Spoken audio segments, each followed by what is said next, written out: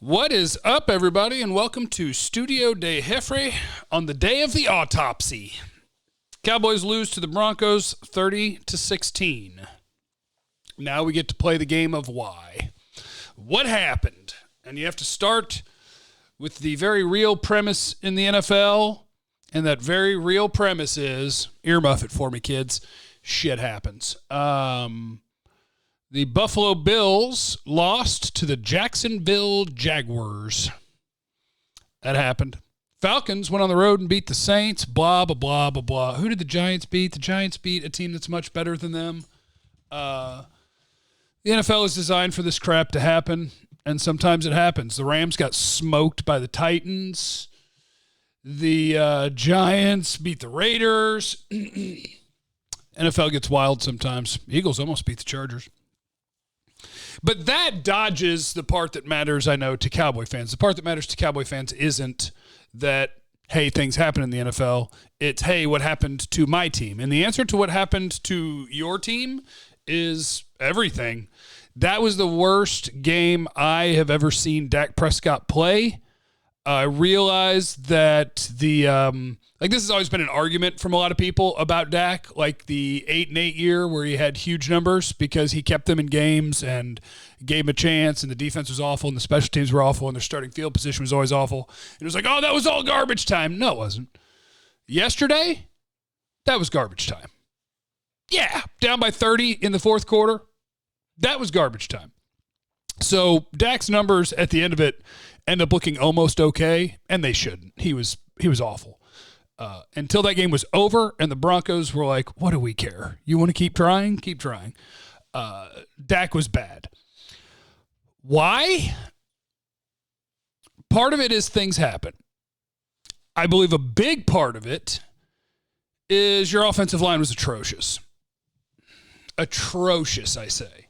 And for the most part, it was one guy, which is unfortunate because this one guy has played above and beyond this year at right tackle, filling in with Lyle Collins being suspended. Terrence Steele's done a nice job playing right tackle.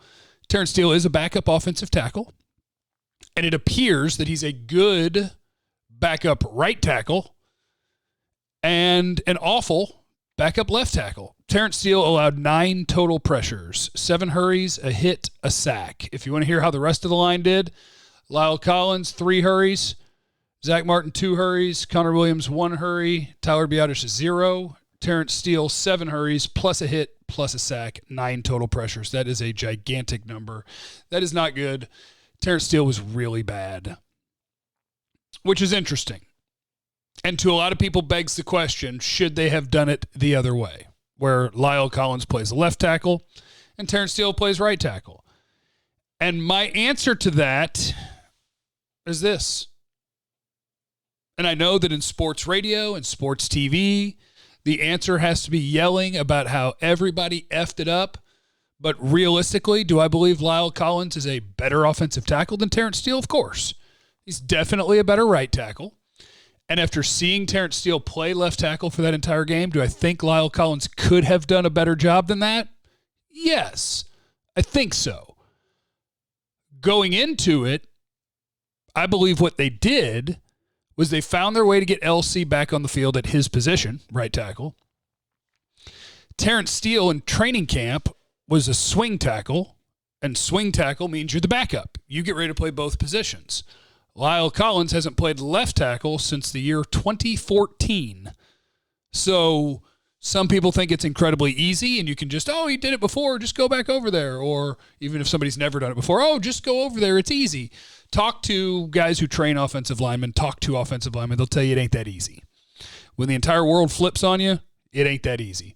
So Terrence Steele was the guy who had the practice. Terrence Steele was the guy who had the work at left tackle. And so you put out the guy who's worked there.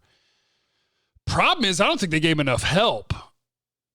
Terrence Steele, when he was playing right tackle, was getting help. And out here, I feel like there wasn't enough help. The Broncos' way they played defense against the Cowboys, I agree with Dak after the game. I hope other teams try to do that. But for 1 week, it worked. Denver, their defensive coordinator, actually told you what he was going to do. He told you. He said, see if their wide receivers can win one-on-one. We're going to try to choke the run. That's what they did. They pressured the quarterback. They put dudes in the box, and they said, if you can, smoke us throwing the ball, go ahead, and the Cowboys couldn't. And that is a reflection on their protection. It's a reflection on Dak. And it's a reflection on CD, and it's a reflection on Amari, and it's a reflection on Cedric Wilson and Tony Pollard and everybody that dropped passes. It's a reflection on all of them. So is there an element of they read their own press clippings? Sure. You can get that out of their post-game comments, where none of them are going to say, hey, we didn't try hard, but there's a human element to sports. And the human element is we just had a really nice road win. We're really good. The Broncos are 4-4, but the 4 teams they beat are all but. They traded away a huge part of their team at the deadline, so they were selling because they know they're not a real threat to win anything, and they're coming to our house. So, yeah, I think the Cowboys showed up to AT&T thinking, yeah, we're better than them, so we win. And that doesn't always work. You've got to play. Football is a game that is played with controlled aggression and violence. If the other team is more aggressive and violent, it makes it tough. And Denver was more aggressive and more violent. And so Denver kicked your ass. Dak's fault, Terrence Steele's fault, Mike McCarthy, Kellen Moore, Dan Quinn, everybody. Here, leave in the comments, who do you think played well? YouTube.com/Jeff Cavanaugh in the comments, who do you think played well? I would say Micah Parsons, I think, played well. I think Leighton Vander Esch played pretty well. Now, we'll do another thorough breakdown probably tomorrow after watching all 22. This is just based on live viewing, but on a rewatch, I would assume, because this is what I do, I assume Zach Martin played pretty well. Lyle Collins had 2 penalties, but I did think for the most part he looked good. He looked tired. Looked like he was breathing hard. But it's hard. Like, Carlos Watkins made a play. Osa made a play. There's the next place we'll go. I'm a weird broadcaster in that I don't broadcast with a plan or a script. I just see where my words take me.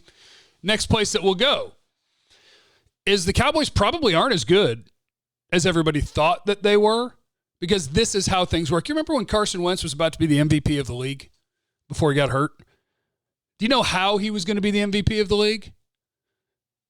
It was a lot like Dak's 2016 season. Carson Wentz was going to be MVP of the league if he didn't get hurt. What was it, 2017, 18, 19? I'm terrible with years. Because he was ungodly on third down for an 8-game stretch. Ungodly. 3rd and 10, whatever, converted. 3rd and 8, converted. 3rd and 11, converted. And it wasn't that he's this incredible quarterback that's the best player ever. It's that for that small sample size, for that stretch of games, shit went his way. So the Cowboys coming into this game were the best third down defense in the NFL. They take the ball away a ton, and they're the best third down defense in the NFL. Neither of those things are sustainable. That's why people do analytics and numbers and whatnot to see from year to year, like what correlates, what can we predict, what is going to be consistent. And takeaway numbers, third down performance, those are more random.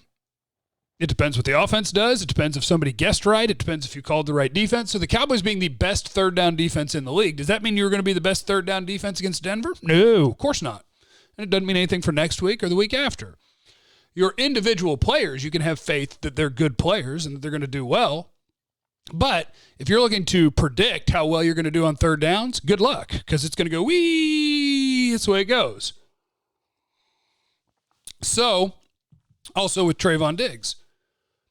Trayvon Diggs at the moment is what he is, which is somewhere between an okay corner and a good corner. That's an awesome playmaker. If you give him a chance to touch the football, he will take the football. But teams aren't scared of Trayvon Diggs. You saw that. Broncos weren't scared. Tim Patrick against Trayvon Diggs, cool. Go at him. They don't mind. So saying all of that is just meandering all over the place to say that football is hard. I do think that the Cowboys have to find a way to maintain the, whatever you want to call it, edge, mojo, focus, effort, intensity, whatever word you like to use there. They have to find a way to bring that each week. And against this team, I think they thought that we're better than them, therefore we're going to win this game. I think that's what the Cowboys believed. So yeah, the Broncos were 8 of 15 on third down. That's going to make life hard. Cowboys 5 of 13 on third down, but 0 of 4 on fourth down. And is that something that you want to talk about, is the fourth down stuff? Because I've seen people killing McCarthy for that, and that just drives me bonkers. I do not kill people for making the right decision because the play didn't work. I think that's terrible analysis. I think it's lazy. I think it's stupid. It also illustrates Dak staying in the game and fourth down. Okay, I want to do those two things because I do think it's interesting, because I think it's very much debatable and it intrigues me. Cowboys were 0 for 4 on fourth down, and I'll tell you, the fourth down decision I liked the least was, I believe, their third fourth down where they punted. That was one I liked the least. They went for it, got stopped. Went for it, got stopped. Punted their next time. I think you just make the right decision over and over and over. That's kind of the point of analytics, is over time, you win. Now, how do we get to the point where it becomes debatable and fun? Well, we talked about the Cowboys' offensive line. First one, I actually think Dak should have changed the play. The numbers just weren't there, and Zeke was going to have to beat Justin Simmons, and he didn't. So you get stopped. Second one, I'm trying to remember on replay, was it actually tipped, or did Dak just make an awful throw on the second fourth down? But that's the human part of this, right? You can look at the paper and be like, hey, look, if we go for it all the time on 4th and 1 and 4th and 2, over time, we win. We will score more points. We will win more games. It's smart. You take the circumstances of the game where you go, holy crap, we're flat. We can't block them. We can't protect our quarterback. We couldn't get a yard on 4th and 1. So after trying it twice, you go, no, we're not going to try it again because I don't believe we're going to get it. That's coaching. Then later in the game, they do go for it again because of the game situation, because you're like, look, we're behind by enough that we're trying to win the game, so let's go try it. But kudos to Denver, dude. They showed up. Now, Dak still being in the game. Tell me in the comments, youtube.com/Jeff Cavanaugh, if you love or hate that. It drives me nuts that football teams don't pull players when the game is pretty clearly done. At whatever point Amari Cooper sat down, that's probably when Dak should have sat down, because they will take care of Coop in that way. This is, again, the human part of this. I want Mike McCarthy to walk over to Dak and say, hey, you're an incredible quarterback. Today sucked. Sit down. We'll get him next time, right? But now you be McCarthy, and I'll be McCarthy, and I'll be Dak. Because this is totally guessing, but I imagine it went something like this. No, coach. No. I'm not ending like that. Body's fine. We have a 0 on the scoreboard. I'm not ending like that, coach. I'm going to go score. Dak, the game's over. We can't win. I can't have you getting hurt. I'm not going to get hurt, coach. I feel great. We're going to score. We're not leaving here with an effing 0. I'm not leaving here having the worst game of my life. I need these reps. I got to go. We got to work. We're not ending like this. And you're the coach, and you go, okay, go get him. That's the human part of it. You can say, sit him out, but now you go talk to Dak during that conversation and tell him, go sit down. It's tough. And maybe none of that happened. Maybe McCarthy was just like, hey, Dak, what do you think? And he was like, I want to play. And he said, okay. Maybe it was that simple. But that's the fun thing. That's sports. Cowboys got smoked. And in the grand scheme of things, it means nothing. But in the little scheme of things, man, they were awful yesterday. Worst game I've ever seen Dak Prescott play.